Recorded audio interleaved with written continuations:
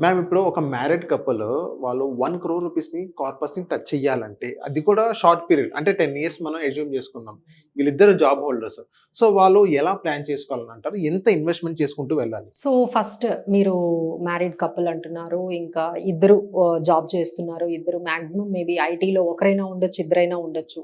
So, ముందేంటంటే వాళ్ళేం చేయాలి అంటే ఒక కంటింజెన్సీ ప్లాన్ కింద అంటే ఇప్పుడు జాబ్స్ ఎలా ఉంటున్నాయో అంత అన్‌సర్టెనిటీ ఉంటుంది కాబట్టి ఒక కంటింజెన్సీ ప్లాన్ అనేది ఒకటి చేసి పక్కన పెట్టుకుంటే అంటే వాళ్ళ 3 months expenses let's say example వాళ్ళకి ఎవ్రీ మంత్ 50,000, 60,000 ఎక్స్‌పెండిచర్ అవుతుంది అంటే దాదాపుగా ఒక 2-3 లాక్స్ ఒక సేవింగ్స్ అకౌంట్‌లో పెట్టేయాలండి. ఆ తర్వాత ఇన్వెస్ట్‌మెంట్స్ అనేవి మనము చెక్ చేసుకోవాలి.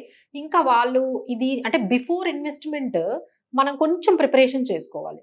అంటే డైరెక్ట్‌గా ఇన్వెస్ట్‌మెంట్ కాకుండా. ఫస్ట్ ప్రిపరేషన్ ఏమని చెప్పాను?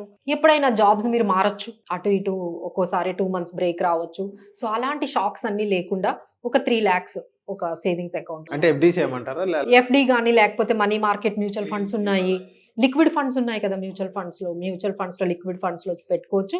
లేదు సింపుల్‌గా మీరన్నట్టుగా ఒక ఎఫ్‌డి కూడా ఆటో ఆటో ఎఫ్‌డి లాగా మనము వాళ్ళు ఫ్లెక్సీ చాలా మనకి అవైలబుల్‌గా ఉన్నాయి కాబట్టి అందులో ఒక 3 లాక్స్ అనేది ఎప్పుడు మెయింటైన్ చేసుకుంటే ఇప్పుడు ఉన్న సిట్యుయేషన్‌కి అది చాలా బెస్ట్ అండి. బికాస్ ఆఫ్ ఏఐ గాని, because of so many things are happening around అస్.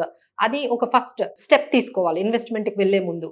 ఆ తర్వాత నెక్స్ట్ స్టెప్ ఏంటంటే ఆర్గనైజేషన్‌లో వాళ్ళకి హెల్త్ ఇన్స్యూరెన్స్ ఉంటుంది. సో, ఇంకొంచెం ఎక్కడైనా మనం బయట ఎందుకంటే ఆర్గనైజేషన్స్‌లో ఈ మధ్య ఏమవుతుందంటే మీకు జాబ్ పోగానే ఆ హెల్త్ ఇన్స్యూరెన్స్ కవర్ కూడా పోతుంది. అవును. సో, ఇలాంటి రిస్క్ లేకుండా మనం ఉండాలి అంటే ఆర్గనైజేషన్‌తో సంబంధం లేకుండా ఒక హెల్త్ ఇన్స్యూరెన్స్ అనేది మనము ఒక 10 లాక్స్‌కో అక్కడ ఒక 10 లాక్స్ ఉంటుంది. ఇంకో 10 లాక్స్ వాళ్ళిద్దరూ యంగ్ ఉంటారు కాబట్టి చాలా మనం తక్కువ అమౌంట్‌లోనే తీసుకోవచ్చు.